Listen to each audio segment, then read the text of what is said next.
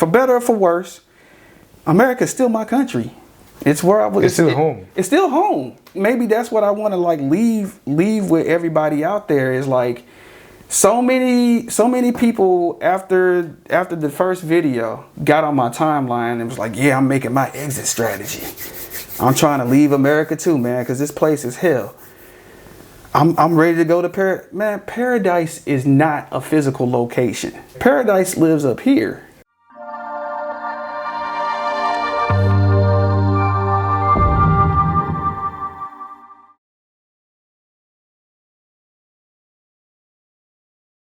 Hey guys, what's up? Welcome to another video. This is the MFiles. My name is Ranzo, and today we have our special guest, Jason Gatewood, a very familiar face. I'm sure you guys might recall, Don't Come to Tokyo. Don't come to Tokyo. So today, Jason is going to talk about his decision to leave Japan for America. So we're going to dive into that, and you guys can also follow Jason's story, the journey from Japan to America and throughout America as well. So you can follow that journey on his Instagram. Right. Instagram, I'm Instagram.com/Starwolf, STARRWULFE. Okay. Also, same thing on YouTube, youtube.com/Starwolf.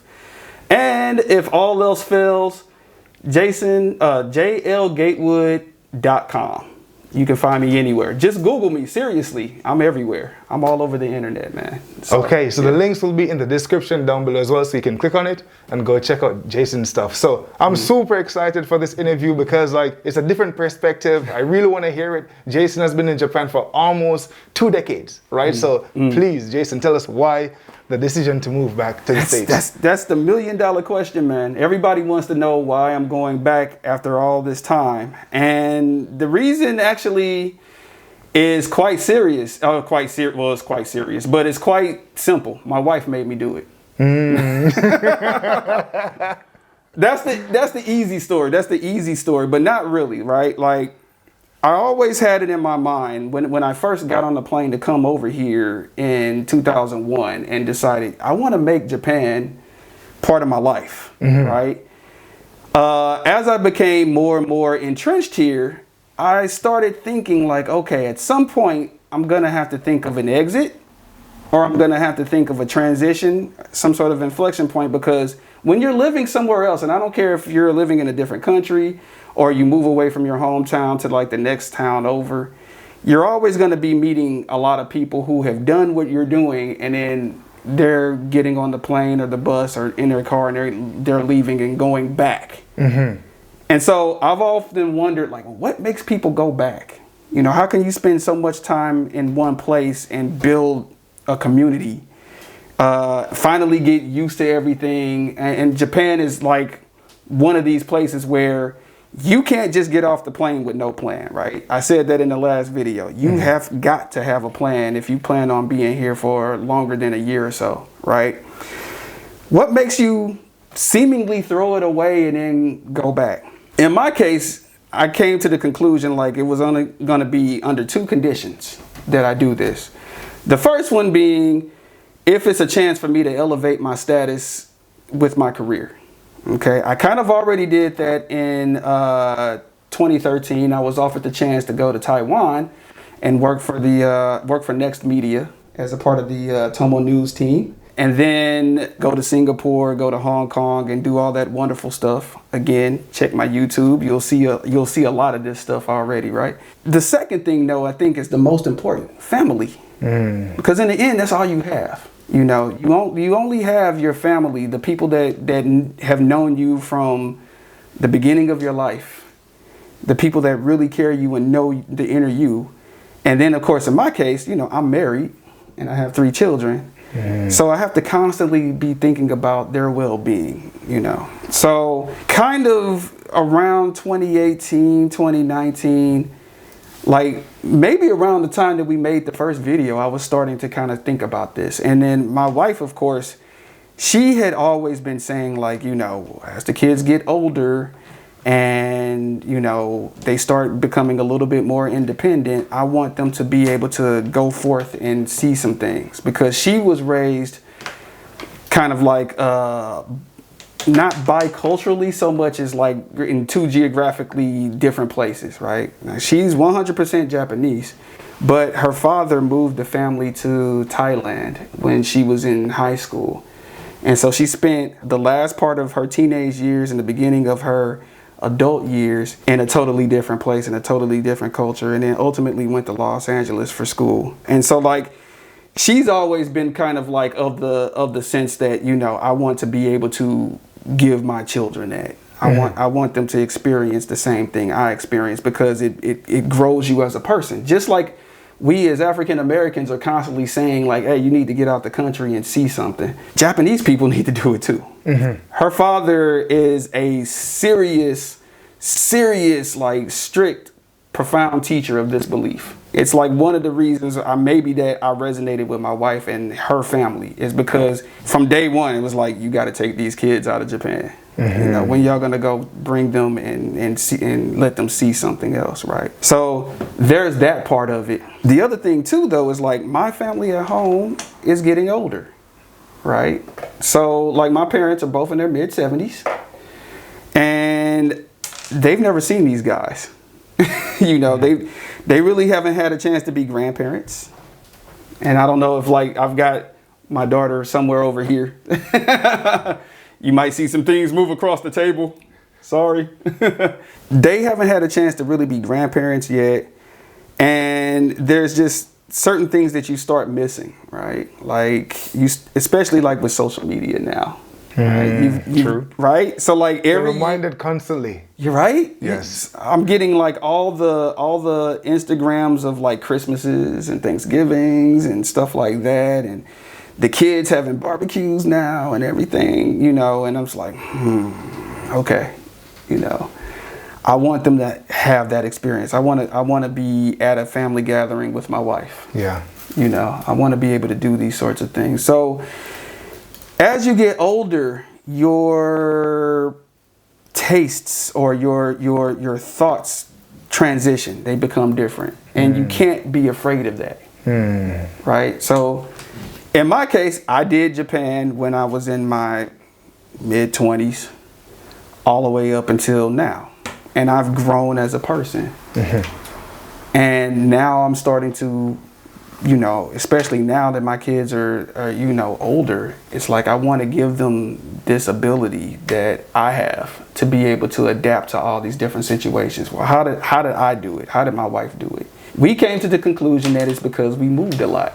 We were forced to adapt. Okay. Right? Like I never stayed in one school longer than 2 years because my family, even when we lived in St. Louis you know, during the first part of my life, we moved from one side of town to the other. And then we moved into the county. And then I moved to be with my stepdad in New York for a minute. Then I moved to Los Angeles, you know, then we came back. So like all this moving around at first sounds like it's a little bit depressing because it's like, oh, you never had the same friends and blah, blah, blah. But it's like, actually, no. It was everything was different, and I learned from it. I got to spend so much time around all these different disparate groups of people, and I didn't know it because it was happening to me. But it's probably the reason why I was able to come here and not think so much of it, because I had been doing it my whole life. Same thing with my wife. Like even her as a child growing up here in Japan. She moved all over Kanto, right? She like started off in Hiyoshi and Yokohama, then they moved to like Suganami-ku, then Fujigaoka, like all over the place. Then ultimately wound up in Bangkok, Thailand, and even there moved twice. Okay. Right. Like, what do you think is like maybe the main lesson or major lesson that you will leave Japan with? Like from your experience here, almost 2 decades, like what have you learned? Like that one thing that you think has made you a better person? Patience. Straight up. Patience for everything, right?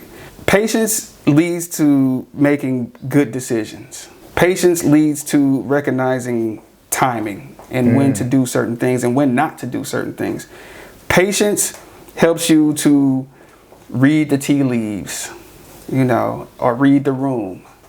Patience helps you either slow down and get used to something and adapt to it, or it tells you it's not for you and you need to do this. Patience, 100%, because I didn't have that. That was the one thing that was missing. Like when I was a young guy in Atlanta, which is the last place I lived before coming to Japan full time. Like Atlanta, even in the mid 90s, was like, you know, if you were young and black and successful, you wanted to be in Atlanta. You probably still do, but it was like a party scene all the time. And I saw what I wanted. Maybe it was due to like a lot of the people out there that I was rubbing elbows with getting successful really quickly. And it's like, that's what I want. I want to have like a big car, and I want to have like big rims, and I want to have like the rap video lifestyle or something like this, right? I seriously, like, that's what I wanted or thought I wanted. But because of the people that were around me that I had assimilated,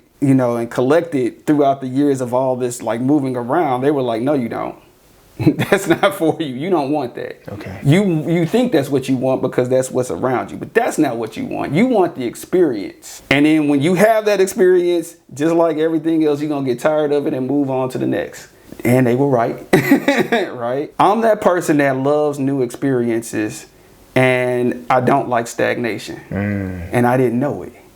And that's part of not having patience though too. Okay. But when I came here, Japan forces you to sit down and recognize, because there's only two things you can do at that point. You either sit down and figure out Japan for yourself, or you get back on the plane and go back home. Okay. There's no middle ground. So for me, this place has taught me so much patience. Certain things you just have to I've come to the conclusion with that I can't change them. The only thing I can do is kind of like make my local atmosphere the way that I want it, but I can't change Japan. Japan will definitely change me though. Okay. And I'm okay with that. So what are some of the things, because I remember watching your Instagram live, right? You were talking about maybe some of your pet peeves with Japan, like some things that just got under your skin. There's like a long... You got a list? All right. So let's see. So how much time we got? So let us know some of those things. So people who maybe want to come to Japan or are staying here short term might not yet have been acquainted with. So getting on the fact that things don't change, like literally things will not change. Like we're in the middle of like, that's the reason why we have these masks on. We're in the middle of like COVID season, for lack of a better term, right? Common sense would say we should be a little bit stricter in movements. Things should be in place like government subsidies and stuff for certain things. Like the big deal back home where I'm from in America was like there were 3 stimulus payments, right? We've only had one here, and it was like a real pain in the butt to get. The other thing, as an educator here, because I've worked as a teacher, the education system here is not going to change, maybe. I don't know. That's, again, one of the reasons why we're leaving, is because I talk to family and friends who have kids around the same age as mine, and even the kids themselves. Like, you know, I've got like nieces and nephews and stuff. I'm like, oh, what did you do in school today? You know, like I've got a niece who's in the 6th grade now. What did you do in school? It's like, oh, we're learning Python, which is a programming language. I'm like, huh? Hold on, let me get my Chromebook. Like, we actually are learning Python, like right here. The educational system here, in my opinion, it's kind of like frozen in time from like the late 1950s, early 1960s. Oh, wow. To me, simply because like, you got to remember what was happening at that time, right? Japan had been bombed flat pretty much all over and needed worker bees. They needed people to get in factories. They needed people to, you know, produce products to raise the GDP. They needed people to go outside and rebuild infrastructure and that sort of thing. And they didn't really need too much critical thinking or heavy thought. They just need people to like go in, and when they hear a bell, punch a clock, do the thing, and then when they hear another bell, punch out and go back home. You see vestiges of this even within the school system. Like there's a chime for everything. Right. And school kids really, like, we kind of as Westerners, especially, we have this mystic approach whenever we see like Japanese school kids with their uniforms on. It's just like, oh my goodness, you know, they're so organized and strict, and you know, everything's well kept and stuff like that. But like, not really. Like, I've been working here for so long, man. It's kind of like robots a little bit. Like, I've literally had students, and I don't mean like little kids, I mean like college students, break down and cry because I needed them to redo like a part of a test, because not because they not because they made some fatal mistake, but because I was so unsure of their answer that I wanted to give them a second try. And I had, on 2 occasions in the last like 2 or 3 years at my last workplace, students just break down and just cry because they're like, it's not heard of here. Like, you want me to retake it? That means I did something bad. I'm like, no, it means that I can't understand your answer, and I want you to have another shot at it so that I can. Actually, it's kind of my fault because maybe I'm doing it wrong. It's kind of inherent in society here, and it's really hard to explain, but I guess the best way that I can explain it is to kind of tell this little story I have. A couple of years back, I went to go to a new hamburger place that had just opened up. And there's like, you know, the menu with the pictures, everything's looking like fabulous. It's like, man, okay, yeah, right there. I haven't had like a blue Swiss burger with mushrooms in such a long time. What does it come with? Oh, mayonnaise. Okay, I'll just get them to hold the mayonnaise because like mayonnaise on hamburgers makes me gag. Right, so I'm just like, okay, go up to the counter, order everything in Japanese, and I'm like, まあこの全てがいいだけど、でもちょっとマヨネーズの方に抜いてくださいね。で、まあマヨネーズ抜き、もうちょっとアレルギーがありますから大丈夫ですか? And they're like, 申し訳ございません. You know, like we have to put the mayonnaise on there, and I'm like, no, you don't. Well, if we don't put the mayonnaise on there, we still have to charge you. I'm like, yeah, I expect that. The cost of mayonnaise on this hamburger is like, what, 3-4 yen? Whatever. I literally can't eat this. But we have to give it to you. No, you don't. It's in the manual. We have to give it to you. I'm like, so ignore that part. Finally, I just said, okay, I'll tell you what. Can you give me the mayonnaise in a cup? Yeah, we can do that. Okay, fine.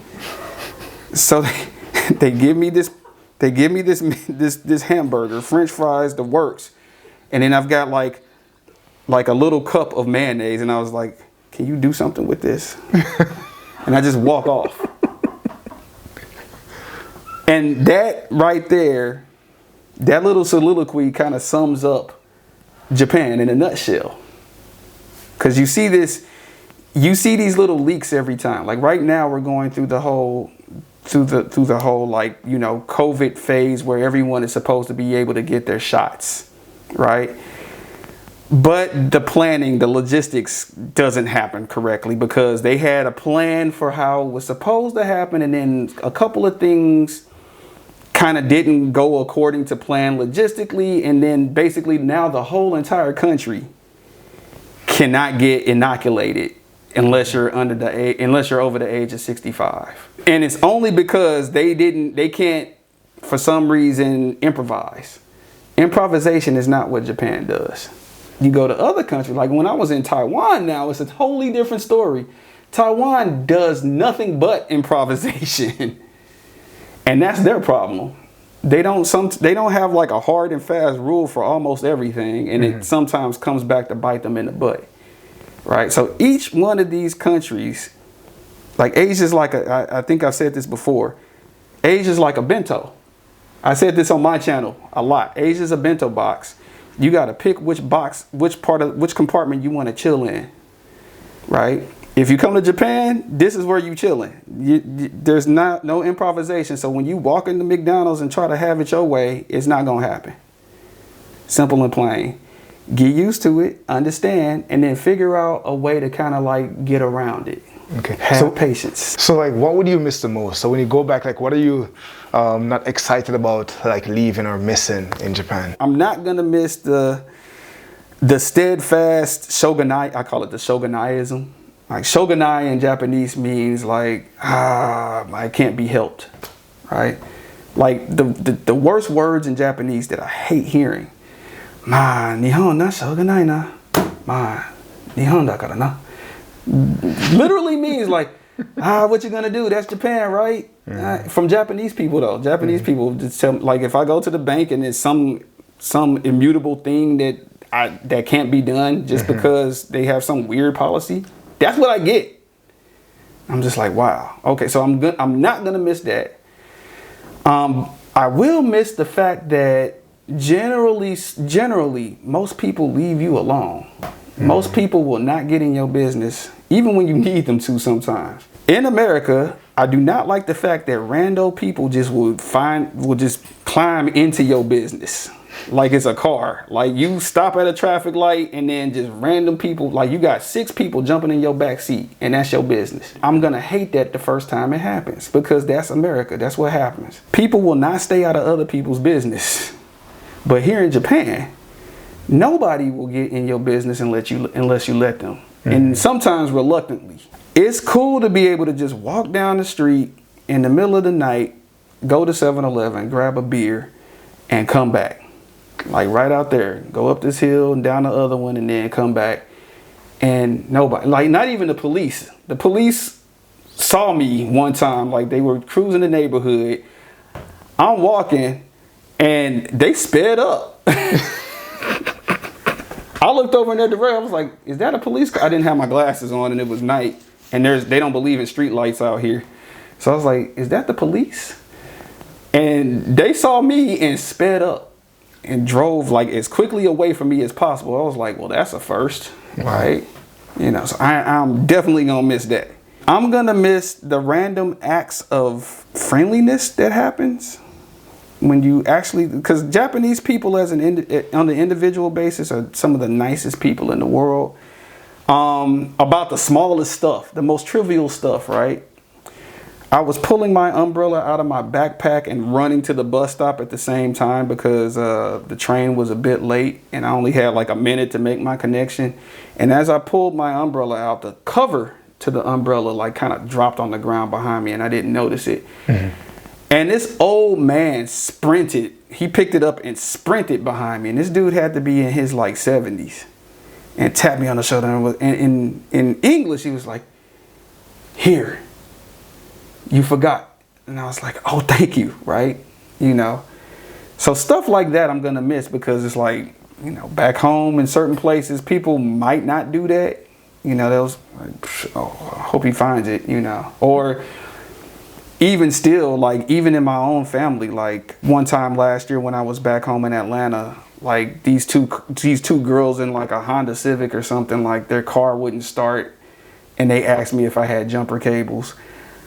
I'm like, yeah, I do, but my house is like over there and they're at home. So like I'll go back and come back and get them. And I get in the car and the person I was with was like, nah, man, don't do that. And I'm like, why? Man, they might be setting you up for a jack move. I'm like, in the middle of this BP at 1:30 in the afternoon, literally around the corner from my house, and there's a police station like right over there. Like, seriously? It's like, man, Atlanta's changed, you know. And I'm like, why am I coming back here?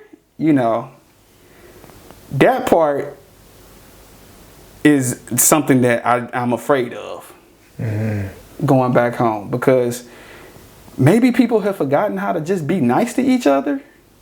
You would think that COVID-19 and everybody being on lockdown and facing all this hardship and strife and, you know, the stuff that we went through with the Black Lives Matter movement. And, you know, I was just talking to my buddy Sky about this and my mom even. It's like, and you, before we got the cameras rolling, this 2020 should have taught everybody to sit there down and have a think. Seriously, 2020 should have said, yo, the world is spinning too fast. Everybody stay home. That's what this did, okay? 2020 meant for y'all to sit down, spend some time with your family, and think introspectively for a moment. What do you value in life and with others? And how do you connect with the rest of humanity? Instead, a lot of people just took it, they can't be alone with their own thoughts, and so they're going freaking crazy. That's my real opinion on that.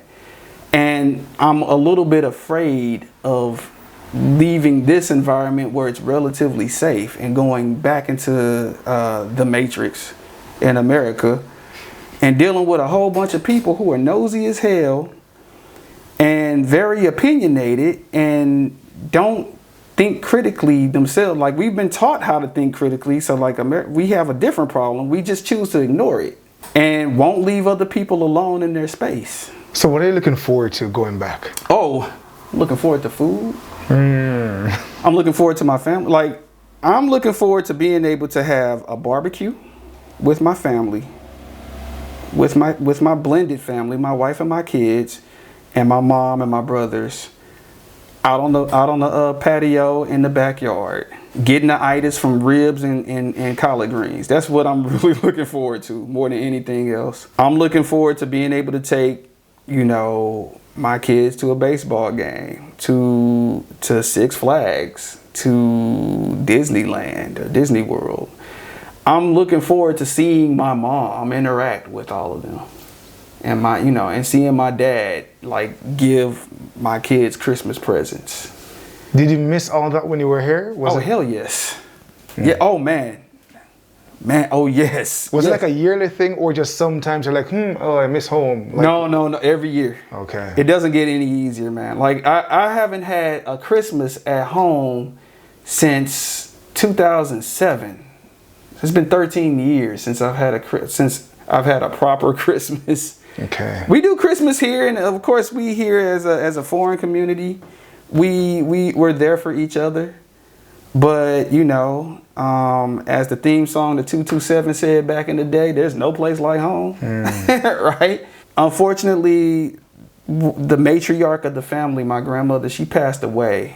My grandma Lucille passed away last September. Okay. Wow. My grandmother passed around the same time as well. I couldn't go back. Okay. I couldn't go back because even if I went back, I would have had the quarantine, and I would have missed everything anyway. And it was quite sudden, and even my own father couldn't go because he was in New Jersey, and they had movement restrictions, so he couldn't even go to his own mother's funeral. Yeah. Wow. So like I said, like 2020 was the year of hardship, right? And so like all of that taught me, you know, more than all the years combined being here in Japan, all of that really taught me, like, man, we really need to like chill and like value each other. Seriously, like, true. I don't know why people are wilding out. Serious, like every time I like look at my feed and see that somebody's freaking out over like a mask, like what the hell is that even, right? Like somebody's gonna go off and shoot people over a mask. Really? Like, what are you doing with your life where you feel like you need to punch somebody over a mask? What are you doing with your life where you feel like a piece of paper, a piece of cloth, wearing it for a few minutes is gonna hinder you so much? Aren't you happy to just be here in this moment and survive? That's the part that I don't get. So like, the whole situation has taught me to value life. Not only my life, but the life of all my friends that I made here, the community that I've helped build here, and my family's life back home, my community back home, and especially like my wife and my kids, you know, and being able to have the ability to introduce them to that. Like, they're gonna be in America. My kids have the chance to be American, right? So they can be dual citizens. My wife too, right? That means something. To me, you know, that means something. And for better or for worse, America is still my country. It's where I was. It's still home. It's still home, right? It's still home. You can, and I think maybe that's what I want to like leave with everybody out there is like, so many people after the first video, after the first interview, got on my timeline and was like, yeah, I'm making my exit strategy. I'm trying to leave America too, man, because this place is hell. I'm ready to go to paradise. Man, paradise is not a physical location. You know, some of y'all be bringing problems that you have over there to the new spot too. So if you get off the plane and a couple of months later you start having the same problems, it wasn't about the place. It was about you. Okay, paradise lives up here. This is where paradise truly is, right? That's big. Right? Yeah. You make your own paradise. You make, just like we made our own community of people here who share the same hopes and dreams and have fellowship with each other. You can do that anywhere, going any place, right? So as I leave here with all my stuff, I'm not leaving Japan. I'm literally married to this place. So I'm picking Japan up and I'm taking it back to Atlanta with me. Okay. That's what's up. That's what I'm doing. Like any message for people who are in Japan right now, in light of like your move? Because a lot of people, as you said, are wondering like why? Like why are you leaving Japan and going back to the States, right? Right. So like anything that you want to say to those people and those who are hopeful to come to Japan post-COVID? Okay, so first, the people I'm leaving here that are like, why are you suddenly leaving Japan? Like this actually was something that was about 3 years in the making.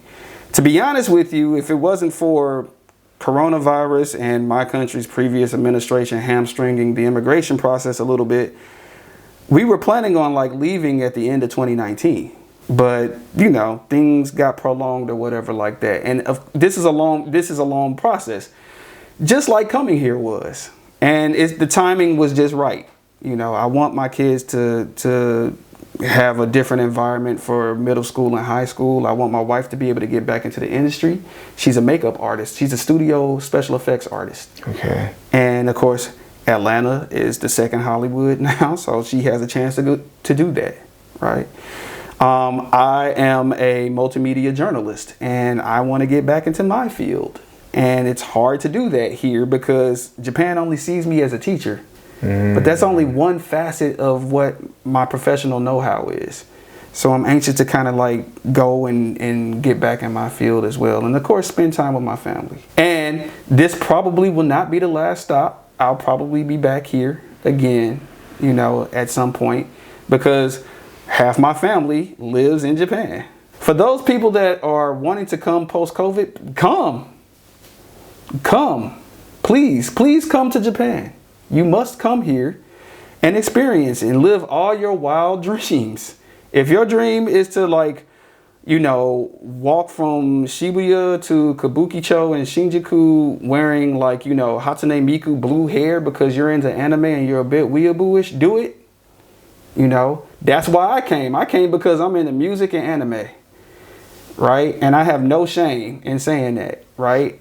So do it, but also be open to the idea that Japan is just like another place on earth and has more than just that one aspect of its culture, right? Be open to it. Don't be disappointed if it's not everything you thought it was going to be either, right? No place is going to be 100% what you think. But the only way you can figure that out is if you come and see it for yourself. Okay, Jason, man, thank you so much. No problem, man. Look, a different perspective, right? From Jason, you guys remember what was it? 2.5 years ago, actually. 2.5 years ago. The first interview, and now he's making this decision, this move, and you guys can follow his journey on his YouTube channel and on Instagram as well. The links will be in the description down below. Guys, thank you so much for watching.